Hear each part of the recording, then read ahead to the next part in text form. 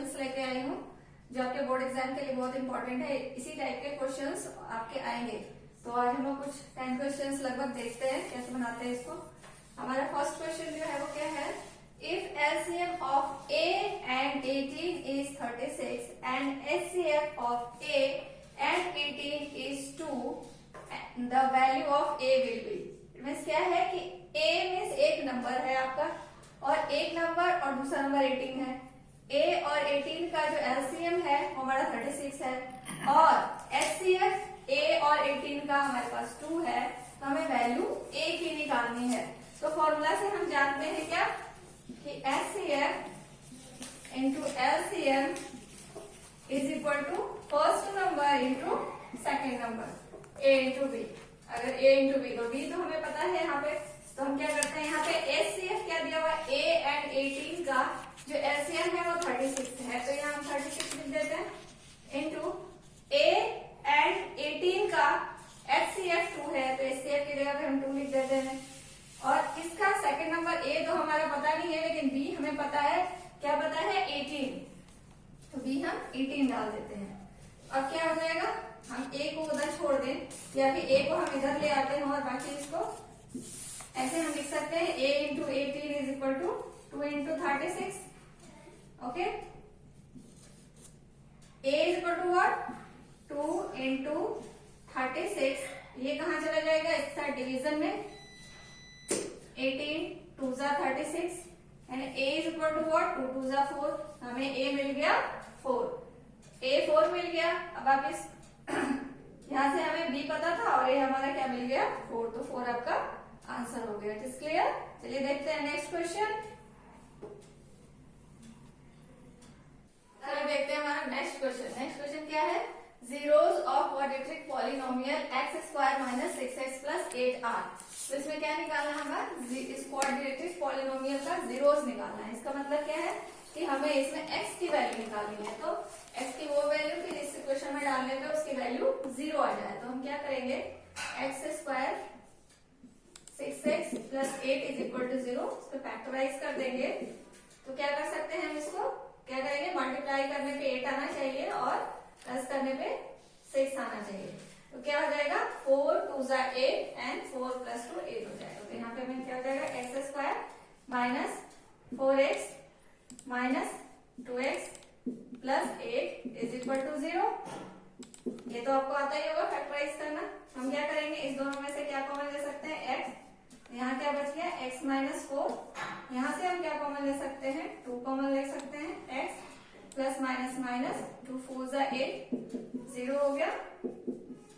x और minus 2 को एक साथ लिख देते हैं एंड देन x माइनस 4 तो x माइनस 4 आ गया इज इक्वल टू 0। ये बात हमारा क्वेश्चन आ गया। अब क्या करेंगे, हम क्या लिख सकते हैं, x minus 2 is equal to 0 then x is equal to what, minus इधर जाएगा तो क्या हो जाएगा, प्लस 2 हो गया। यानी कि 0 प्लस 2 लिख सकते हैं। 0 प्लस 2 क्या हो जाएगा, 2 हो जाएगा। तो x इज हमारा 2 हो गया। नेक्स्ट में इसमें भी वही चीज करेंगे, x minus 4 is equal to 0। तो x इज इक्वल टू क्या हो जाएगा, 0 plus 4 and x is equal to what, x is equal to 0। तो हमारे x की क्या वैल्यू आ गई, 2 एंड 4। तो जहां भी ऑप्शन में आपके पास 2 और 4 होगा तो वही आपका आंसर हो जाएगा। चलिए देखते हैं नेक्स्ट क्वेश्चन। चलिए देखते हैं हमारा थर्ड क्वेश्चन। थर्ड क्वेश्चन क्या है, the distance between the points 0 cos theta and sin theta 0 is. The distance between the point, इन दोनों पॉइंट के बीच का डिस्टेंस निकालना है। तो इसके लिए हमारे पास एक फॉर्मूला होता है। तो सबसे पहले तो हमारे पास यहाँ पे x1 क्या दिया हुआ है, हम लिख लेते हैं। x1 है हमारा 0 एंड x2 हमारा क्या है, x2 हमारा हो गया sin थीटा। आपको पता है फर्स्ट टर्म होता है x के फॉर्म में, तो उसका x1 लेते हैं और इसका x2 लेते हैं। फिर y1 क्या हो गया हमारा, y1 उसमें से cos थीटा एंड y2 हमारा कहां से आएगा, इसमें से 0। तो हमारे x1 x2 y1 y2 मिल गया। तो जो डिस्टेंस का फॉर्मूला होता है वो क्या होता है हमारा, डिस्टेंस निकालने के लिए पॉइंट्स के बीच, इसका फॉर्मूला होता है हमारे पास under root x2 minus x1 का whole square plus y2 minus y1 का होल स्क्वायर। इस फॉर्मूले में हम इसको बिठा देंगे और इसकी वैल्यू निकालेंगे।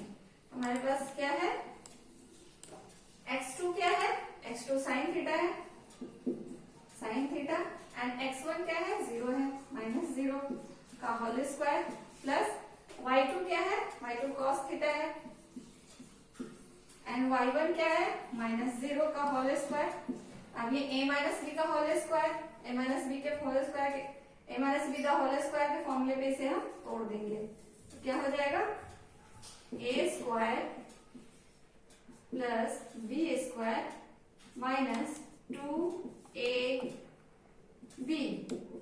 इसका टूट गया। अब इस वाले को भी ऐसे ही तोड़ेंगे हम, प्लस यहाँ क्या हो जाएगा, cos a माइनस बी का होल स्क्वायर, तो cos square theta a square plus B square minus 2ab।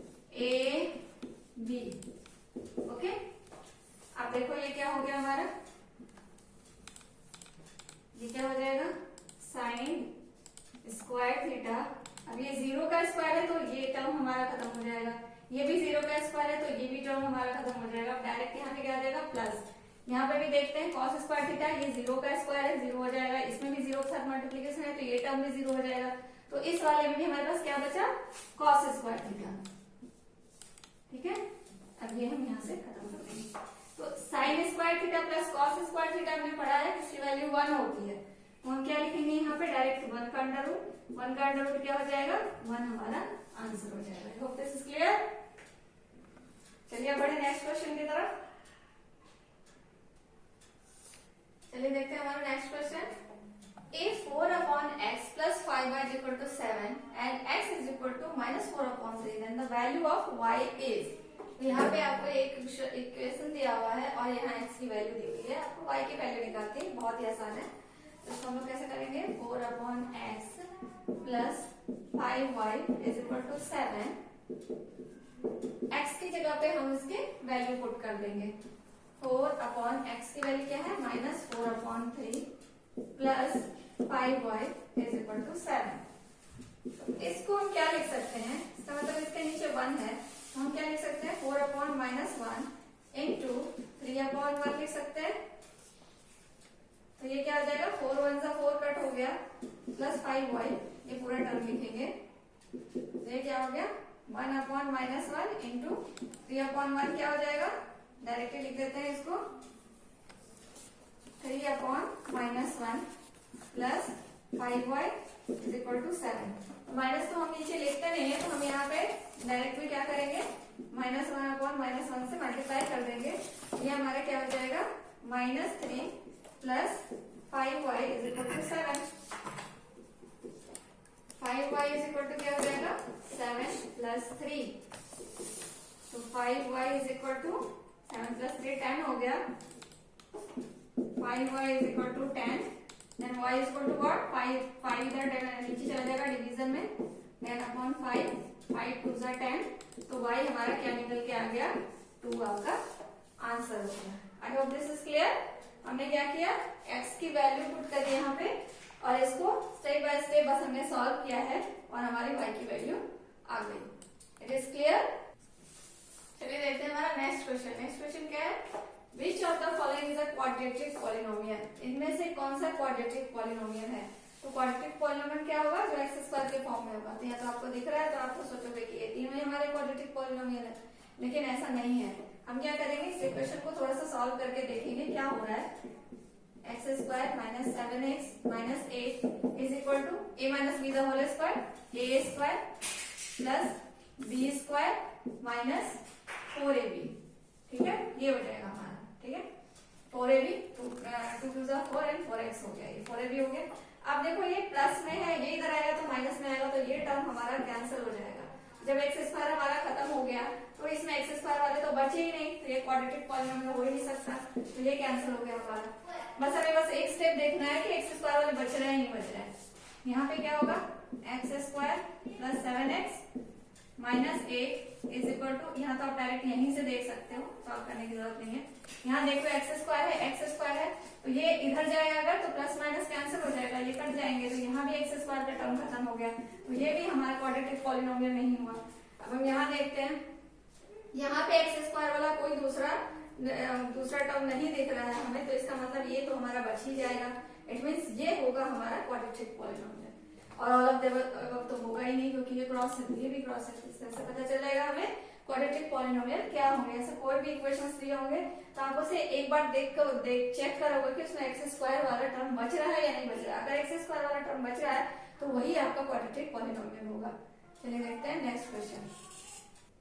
तो हमारा नेक्स्ट क्वेश्चन क्या है? नेक्स्ट क्वेश्चन है 10th term of the AP -4 -1 2 5 is.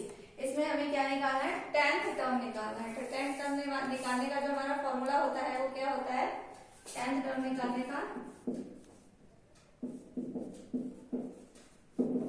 A + n-1 × d। 10th term निकालने का हमारा ये फॉर्मूला होता है। तो इसके लिए हमें क्या क्या चीजें चाहिए? n चाहिए, d चाहिए और a चाहिए। तो n क्या है? नंबर जो हमें निकालना है वो हमारा क्या है? 10th टर्म निकालना तो 10 हो गया। और a हमारा क्या है? a हमारा -4 है। और d क्या हो जाएगा? d हम निकालते हैं सेकंड टर्म -4 फर्स्ट टर्म, तो सेकंड टर्म क्या है? -1 -4 करके निकालेंगे तो क्या हो जाएगा? -1 +4, तो ये हमारा 3 आ गया। d मिल गया। a क्या है? हमारा -4 है और n 10 है, तो इनकी वैल्यू हम इसमें पुट कर देंगे। a क्या हो गया हमारा? a -4 है, -4 प्लस n क्या है हमारा? n हमारा 10 है, 10 -1 एंड d हमारा 3 निकला है। -4 प्लस 9 × 3 -4 प्लस 27, यहाँ क्या हो जाएगा हमारा? इसमें से इसको माइनस करेंगे 23, यानी कि हमारा जो 10th टर्म होगा वो क्या होगा? 23 होगा। I hope this is also clear. मैं क्या किया इसमें? इसका फॉर्मूला डाल दिया बस। a प्लस जो भी टर्म निकालना होता है उसके लिए ये फॉर्मूला होता है a + n-1 × d। कोई भी टर्म अगर निकालना है तो उसके लिए ये फॉर्मूला होता है, यानी कि इन सारी चीजों की जरूरत है। तो हमें d, n और a निकाल लेना है। जो दिया हुआ वो दिया है, जो नहीं दिया है वो हम यहाँ से d निकाल लेते हैं। d हमें दिया हुआ नहीं है, तो इस सारी चीजों को इस फॉर्मूले में पुट करेंगे, हमारा आंसर आ जाएगा। चलिए देखते हैं नेक्स्ट क्वेश्चन। चलिए देखते हैं हमारा नेक्स्ट क्वेश्चन। नेक्स्ट क्वेश्चन क्या है? The value of 2 cosec 30° and sec 30° is. तो मैं आपको पहले भी कह चुकी हूँ कि जो ट्रिगोनोमेट्री का जो टेबल है जिसमें डिग्रीज की वैल्यू दी हुई है वो आपको अच्छी तरह से याद कर लेना है। तो अगर आपको वो याद है तो इसको बनाने में आपको 1 मिनट भी नहीं लगेगा। तो इसको हम क्या करेंगे? 2 × cosec 30° की वैल्यू क्या होती है? 2। ठीक है, साइन का उल्टा होता है cosec, 1/sin, तो sin 30 की 1/2 होती है, तो cosec की क्या हो जाएगी? 2 हो जाएगी। अब यहाँ क्या है? ये भी इंटू है। sec 30° की वैल्यू क्या होगी? sec 30° होगी 1/cos, तो cos 30 की क्या होती है? √3/2, तो इसका हो जाएगा 2/√3। यहाँ हमारा क्या हो गया? 2 2 4 into 2/√3, 4 2 8, 8/√3, आपको ये आंसर हो जाएगा। एक ये भी आंसर हो सकता है। और अगर आपके पास ऑप्शन में इसको हम एक और तरीके से लिख सकते हैं, √3 अगर हम नीचे नहीं लिखना है, ऐसा कोई ऑप्शन नहीं है नीचे √3 है, तो हम क्या करेंगे? इसको √3/√3 से नीचे मल्टीप्लाई कर देंगे दोनों तरफ, ऊपर नीचे, तो ये क्या हो जाएगा हमारा? 8√3/3।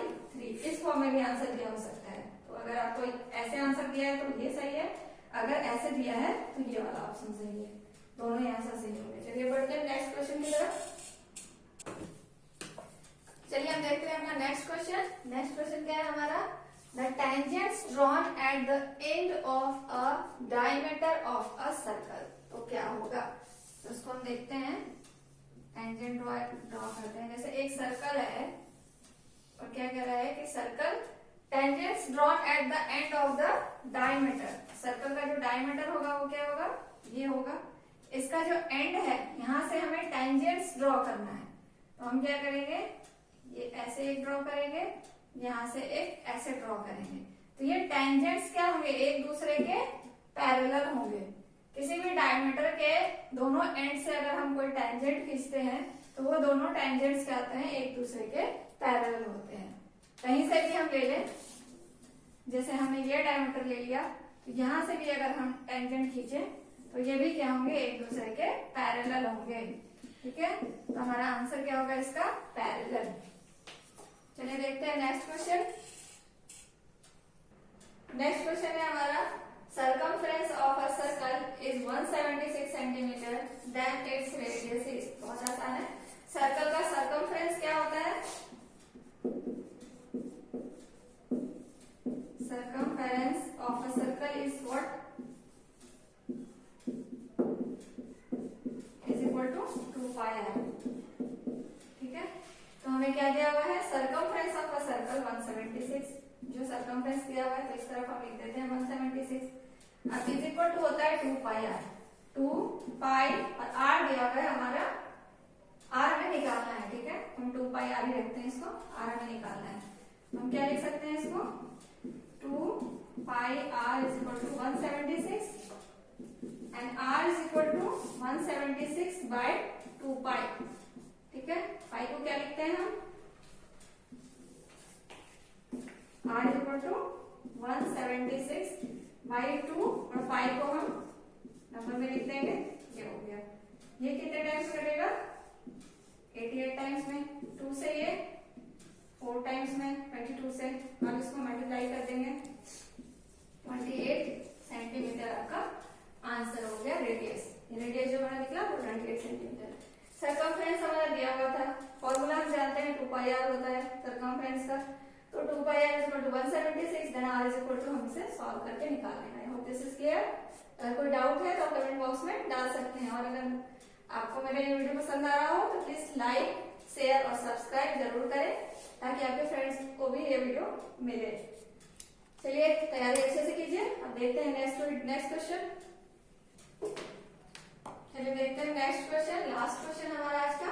Radius of a solid hemisphere is 7 centimetre, then the surface area is, एक हेमिस्फीयर है जिसका रेडियस दिया हुआ है, आपको इसका टोटल सरफेस एरिया निकालना है।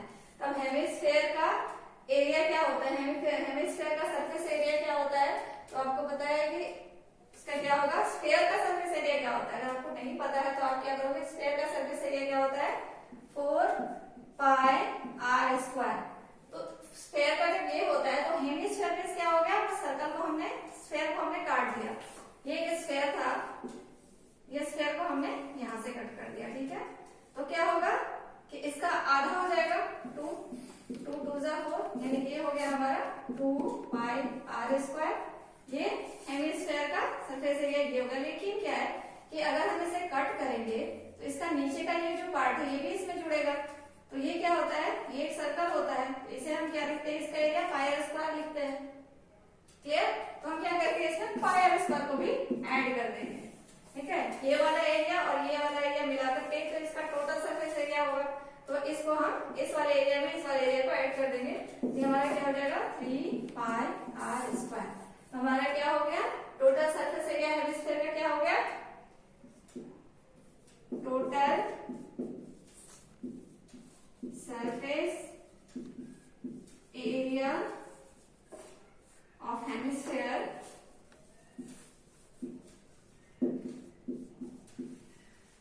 is equal to what? Is equal to 3 pi r square. 3 pi r square. 3 pi की वैल्यू आपको पता ही है, एंड r हमें क्या दिया हुआ है? r यहाँ पे हमें 7 सेंटीमीटर दिया हुआ है। 7 इंटू 7, एक 7 से एक 7 कट हो गया। अब ये क्या हो जाएगा? 21 इंटू 22, इसको हम मल्टीप्लाई कर लेंगे।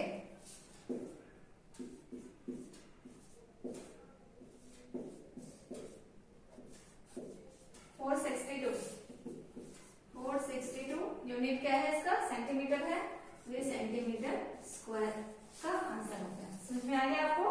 अगर total surface area of hemisphere निकालना हो तो उसका होता है 3 पाई आर स्क्वायर। अगर आपको याद नहीं आ रहा तो आप इस तरह से भी इसको, इस फॉर्मूले को निकाल सकते हैं। ठीक है, आपको निकालने की जरूरत नहीं है, ये मैंने आपको समझाने के लिए बताया है, आप तो डायरेक्ट यहाँ से करोगे। ठीक है, इस तरह से आपका ये निकल जाएगा। 462 आपका आंसर हो गया। आप, आई होप कि आपको सारे क्वेश्चंस के आंसर समझ में आ गए होंगे। अगर किसी में भी कोई डाउट है तो आप प्लीज कमेंट बॉक्स में डाल सकते हैं, और अपने एग्जाम की तैयारी अच्छे से कीजिए। अब टाइम नहीं है आपके एग्जाम में, तो प्रिपरेशन ऐसे कीजिए कि एक भी क्वेश्चन आपका छूटना नहीं चाहिए। अगर कोई भी क्वेश्चन में डाउट है तो प्लीज आप मुझे कमेंट बॉक्स में डालिए। Best of luck for your exam, and मिलते हैं नेक्स्ट वीडियो।